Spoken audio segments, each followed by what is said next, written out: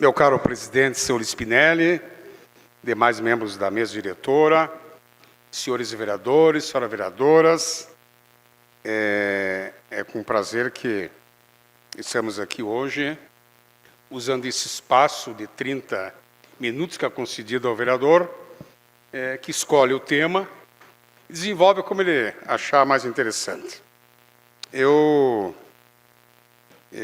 costumo ver aqui vereadores fazer relatórios, apresentar aquilo que fez durante o seu tempo aqui de Câmara de Vereadores, muitas homenagens também, e contar história. E hoje a minha ideia, vereador Rufa, é contar uma história. E essa história, evidentemente, me inclui junto. Senão não teria graça contar também, né? Então, a ideia, eu quero falar para vocês um pouco sobre a história da saúde pública no Brasil. E também, claro, a minha trajetória política, já que estou amplamente ligado à saúde pública. Qual é a finalidade disso, vereadora Valéria? Eu acho que é sempre bom conhecer a história. Quem conhece a história não comete os erros que aconteceram e tem uma lição para dar continuidade naquilo que foi bom. Então, a história serve principalmente para isso.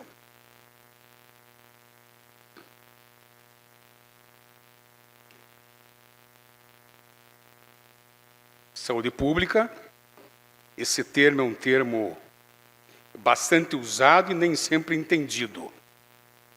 Eu queria dizer para vocês que existem vários sistemas de saúde pelo mundo.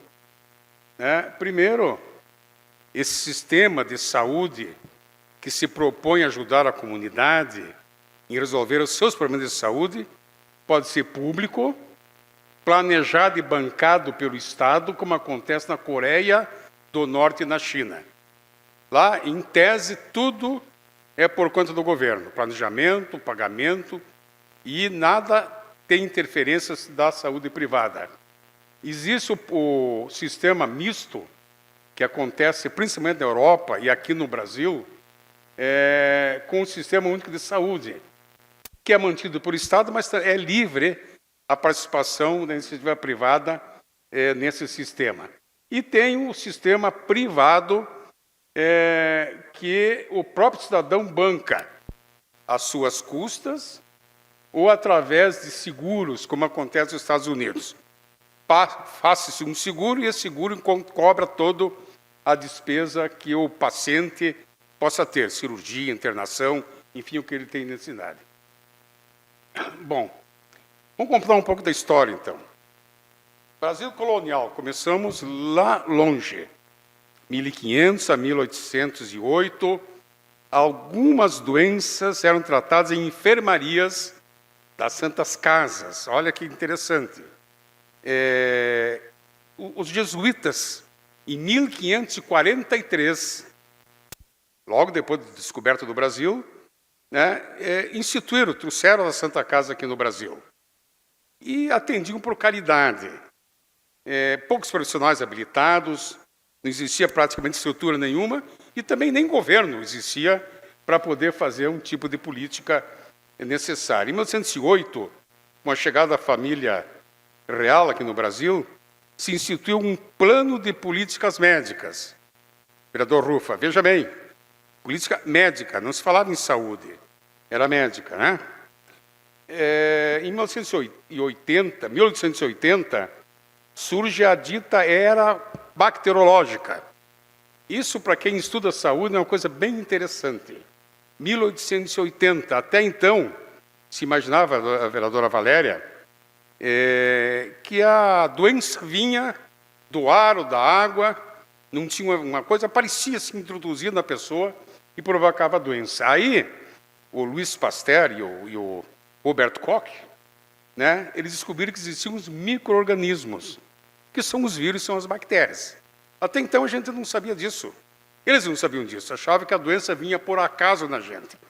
Veja como é que era feita a distanciação naquela época. Em 1889, a República Velha, iniciou a República Velha, então, surgiram as indústrias, cidades, aglomerados de pessoas, evidentemente, praticamente sem saneamento básico nenhum, e as doenças, então, começaram a aparecer cada vez mais, né? Lá em 1903, então já no início do século passado, se criou aqui no Brasil a Direção-Geral de Saúde Pública. Aí surgiu a primeira vez esse nome, Saúde Pública, e foi entregue como diretor Dr. Oswaldo Cruz. Muito mais porque naquela época, o vereador Trindade, surgiu a varíola, que matava mais de 30% das pessoas que eram acometidas dessa doença. Então tinha que se fazer alguma coisa. Então se criou alguma coisa chamada Direção-Geral de Saúde Pública. E o doutor Oswaldo Cruz, que era um sanitarista, mestre sanitarista, passou a coordenar esse órgão. Em 1920, então já não muito longe, foi criado o Departamento Nacional de Saúde Pública. E o diretor foi outro médico sanitarista, doutor Chagas, Carlos Chagas, né? E aí, já chegamos a 1930, quando se criou, veja bem, aí teve um Ministério da Saúde, 1930, e era junto com a educação. Era Ministério da Educação e Saúde, se juntava tudo num único ministério, né? Bom, continuando a história, já bem mais atual, quer dizer, 30 anos depois disso, no governo do João Goulart, acontecia a terceira Conferência Nacional de Saúde, que sugeriu a criação de um sistema nacional de saúde. E surge a primeira vez a ideia da municipalização da saúde. Em 1963, então. Se falou da pertinência, da ideia de que a saúde fosse gestionada, ou a gestão de saúde fosse feita em cada município. O município que coordenava tudo. Até então, como eu falei, era coordenado pela União. Quem sabe o Estado muito pouco, mas aí surgiu essa primeira ideia. Em 64, com o advento da Revolução, que muitos chamam de golpe de Estado, né? O regime autoritário, tudo se fechou, as decisões eram feitas em gabinetes, e a quarta, quinta, sexta e sétima conferência foi a portas fechadas. Os técnicos lá em Brasília que resolviam fazer o que eles bem entendiam, né? Até que surgiu, antes disso ainda, desculpe, em 74, cria-se o Ministério da Previdência e Assistência Social, que habilitou várias clínicas, hospitais, para atender pacientes que eram ligados à Previdência Social. E tinha carteirinha, aquela amarela, alguns conhecem, aquela carteirinha, senão não tinha como ter acesso à saúde. Eu tinha minha carteirinha amarela, não sei se o Rufa também disse que teve. Bom, aí em 1979 surge o Prev Saúde, com a proposta de investir em saúde primária. Vem cá, peraí, nós temos que ver lá no fundo como é que é a coisa. Então surgiu lá em 79. Isso, do meu ponto de vista, foi um grande avanço que aconteceu. E aí surgiu, em 1986, a famosa 8ª Conferência Nacional da Saúde, onde mais de 4.000 pessoas se reuniram em Brasília. Eu tive o prazer de estar lá também, né, onde se propunha uma visão mais humanista, menos capitalista, de atendimento à saúde. E deixava de lado propostas dos reformistas, eu tive o prazer de ser um deles, como sanitarista que eu sou, de que a assistência à saúde não pode ser apenas fazer a parte curativa, consulta, remédio, cirurgia, não. Nós temos que fazer a prevenção, nós temos que fazer um trabalho com os demais profissionais da saúde, tipo o enfermeiro, o psicólogo, o nutricionista, enfim, todos os profissionais têm o direito, devem participar num plano, num programa de saúde. Essa foi a proposta lá em 1986, na 8ª Conferência de Saúde. Em 1987 surgiu o SUDES. Alguém ouviu falar do SUDES? Existiu o Sistema Único Descentralizado da Saúde, antecedeu o SUS. Então ele propunha descentralizar, atendimento universal, ter equidade, quer dizer, dar àquele que precisa de acordo com a sua necessidade, né? E ter a participação da comunidade na gestão da saúde. Isso é a proposta do SUDES, que depois, né, na Constituição Federal, de 88, está lá no artigo 194 a 200, leis 80, 80, 81, 42, né, se adotou aquela ideia da 8ª Conferência Social de Saúde. E aí, então, surgiu o tal de SUS. Pois bem, essa história eu vivi, com certeza. Até 1990, como eu falei, o sistema do SUS, não existia ainda, até então, era o INAMPS, aquilo que eu falei antes, carteirinha amarela. Quem tivesse, era atendido. Quem não tivesse, era considerado indigente, o Estado que atendesse. É mais ou menos assim que funcionava. Aqui em Passo Fundo foi assim. E muitas vezes você cobrava do paciente, mesmo ele, né, em tese tendo direito, pudesse ou não pudesse, ele tinha que pagar. Médicos podiam consultar, recebiam dinheiro da Ministério da Previdência. Com o advento do SUS, a assistência foi ampliada. Se ofereceu o trabalho de outros profissionais, psicólogos, nutricionistas, como eu falei, e se adotaram vários programas importantes. A maioria dos municípios assumiram a municipalização da saúde. Municipalização quer dizer trazer para cá a gestão da saúde. Ela pode ser precária, digamos, parte dela, compartilhada com o Estado ou com a União, ou pode ser plena. As duas são municipalizações. E depende, evidentemente, da capacidade do município, do recurso que tem, da opção do prefeito em fazer ou não. Isso é uma opção dele, de ninguém mais. Ou da comunidade com ele, né? A conta do SUS agora é bancada pelo Ministério da Saúde. Lembra que antes era bancada com o orçamento do Ministério da Previdência Social. Agora não. Agora o Ministério da Saúde começou, de fato, a fazer saúde. Isso é importante. Em 1992, o SUS proibiu cobrança de qualquer valor ao cidadão se for atendido pelo SUS. Bom, essa história eu vivi, como eu falei para vocês. Em 1990, ajudamos a elaboração da Lei Orgânica do SUS, com muito orgulho, e que definiram algumas coisas, diretrizes, princípios. SUS é universal, é aberto a todo mundo. Ninguém pode ser restringido, não pode ser atacado. Rico, pobre, branco, preto, gordo, magro, tem direito ao SUS. Alguém acha que não deve ser assim. Deve ter coparticipação, quem pode mais paga, mas não é assim que funciona. É integralidade de assistência, quer dizer, o cidadão tem direito à assistência desde a parte preventiva, parte curativa, recuperação, tem que ter esse tipo de assistência. Tem que existir a descentralização da gestão, e confesso para vocês que a minha gripe está me incomodando, a minha bronquite está me incomodando um pouco. Eu acho que isso aqui, o Candeia, desculpa, Trindade, deve ser uma bronquite de campanha. Estou imaginando que é isso aí. Bom, todo mundo está mais ou menos assim, né? Participação da sociedade na gestão através dos conselhos municipais de saúde. SUS, vereadora Valéria, sem esses princípios, não é SUS. Está se mentindo, se quiser fazer diferente. Bom, continuando, essa história eu vivi, fui secretário da Saúde em Santa Bárbara, de 85 a 88, não existia SUS ainda, como eu falei para vocês.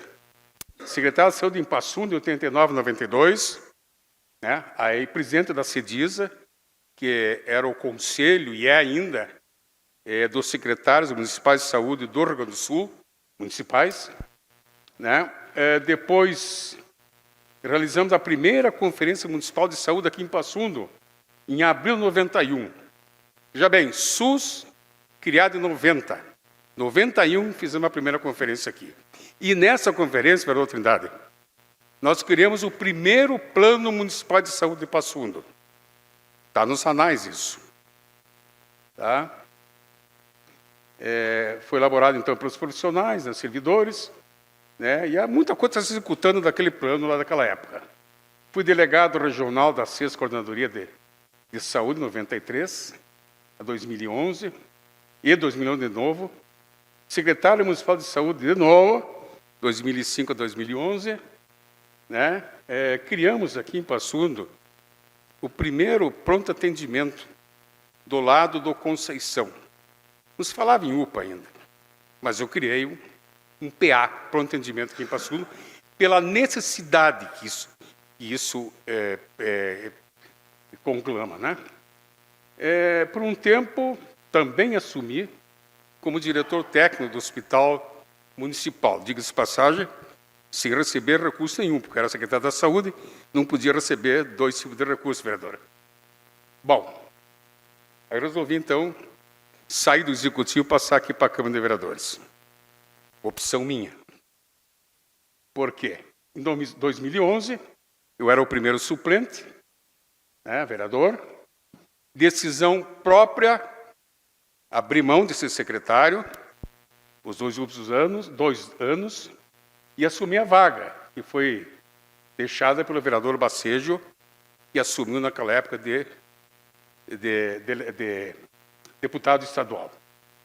Concluímos leis, fiscalizamos, tivemos um trabalho efetivo nas comissões, aprendemos muito em atuar em outras áreas fora da saúde, que era importante, e fui reeleito em 2013, aumentou a minha experiência, evidente, no parlamento, e eleito novamente em 2020, que é o que estou fazendo hoje aqui, né, como mais votado do MDB, e assumi a presidência da Câmara de Vereadores, né, em 2023.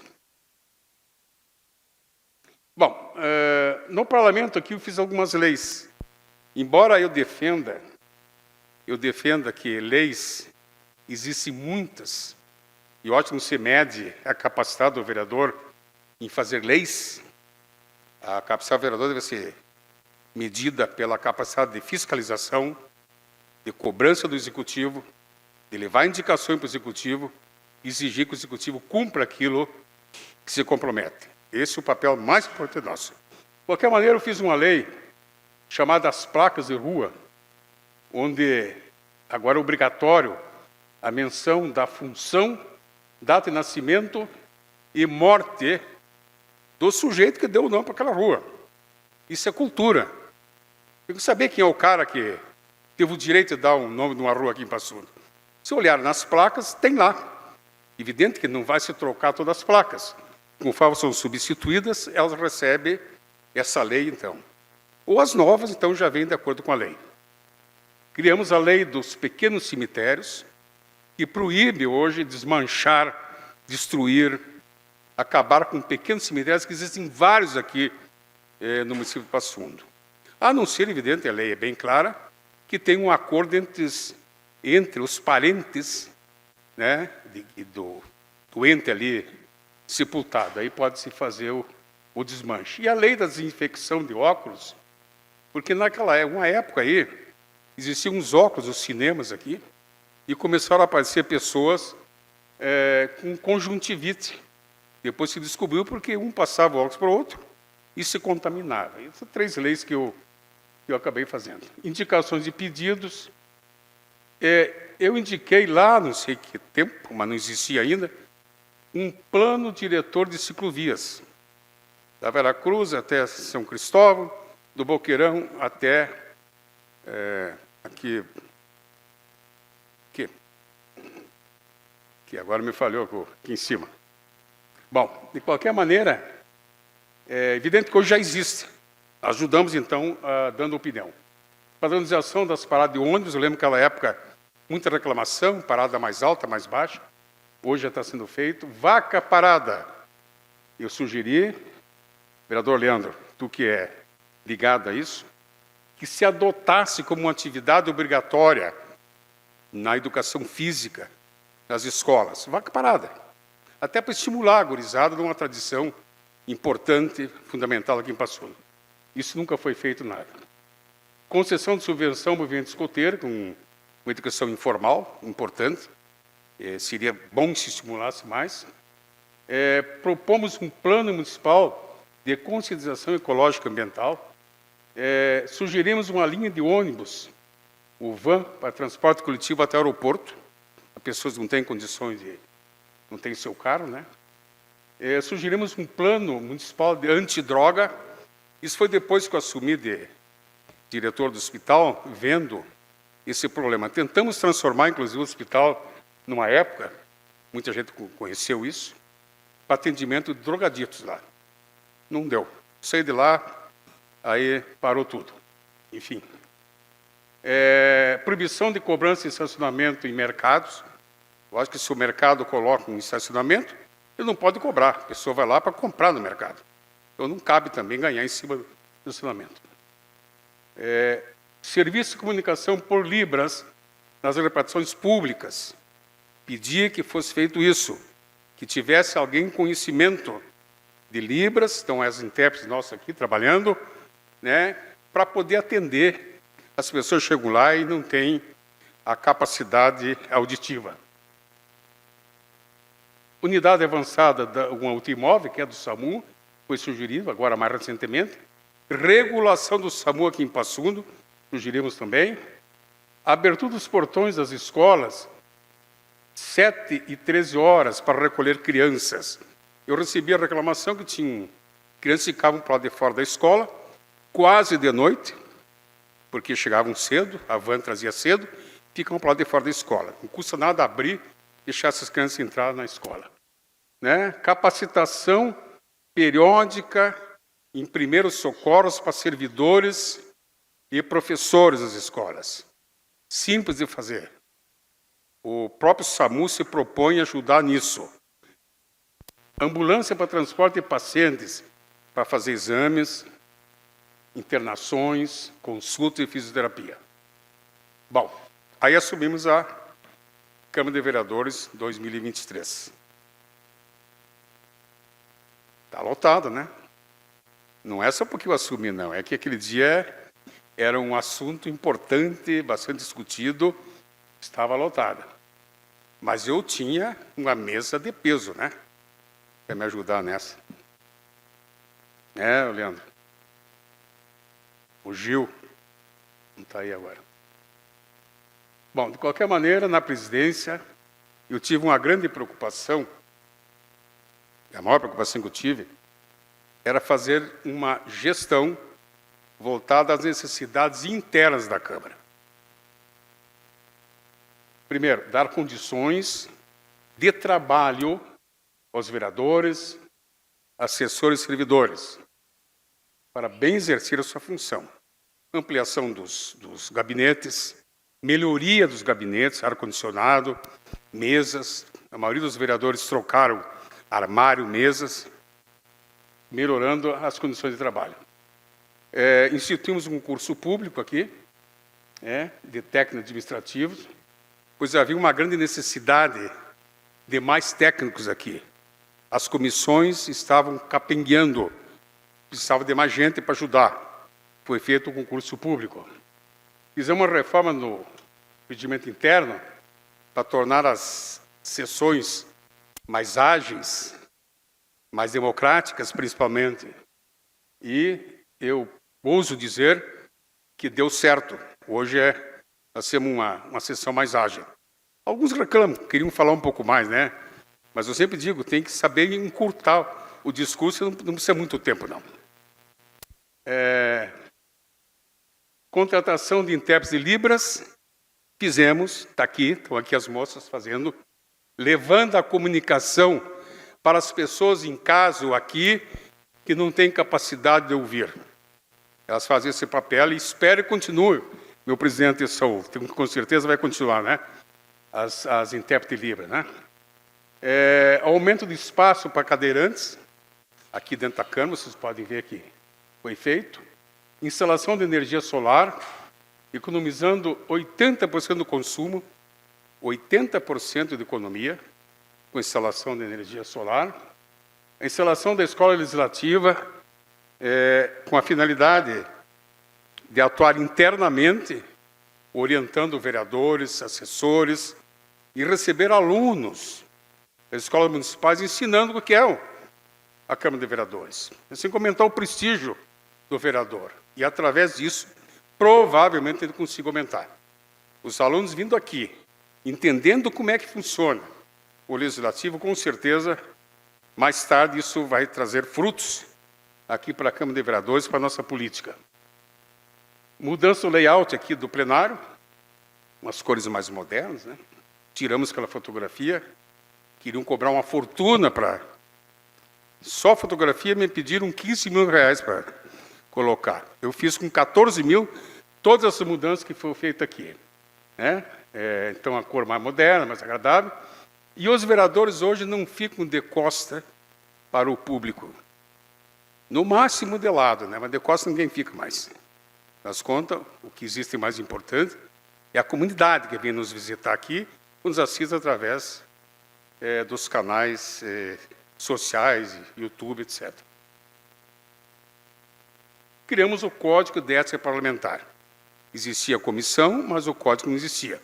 Não adianta ter uma comissão se não tem um código que norteia essa comissão. Bom, agora entrei na fase de agradecimento. Está terminando meu tempo.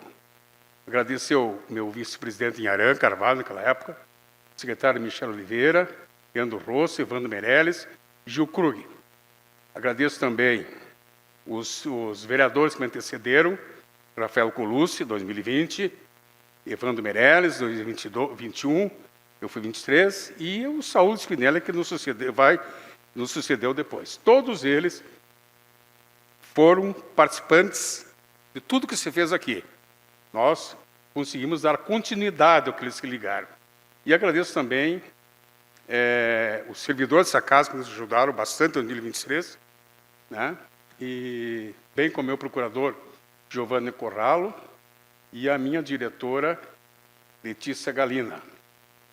Então, aí os dois, quem não conhece.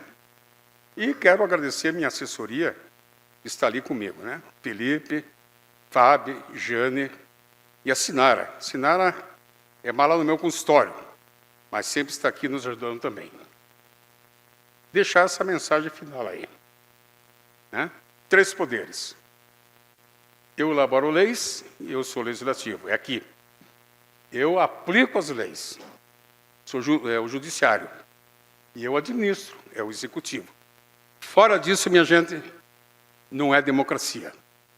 Você segue piamente isso aí, com base lá na Assembleia Nacional Constituinte da França, que instituiu isso em 1789, criando, de fato, uma democracia.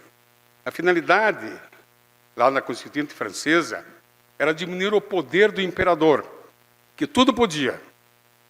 Quando se criaram os 3 poderes, se limitou ao poder de um único, e com isso, evidentemente, a democracia se fez.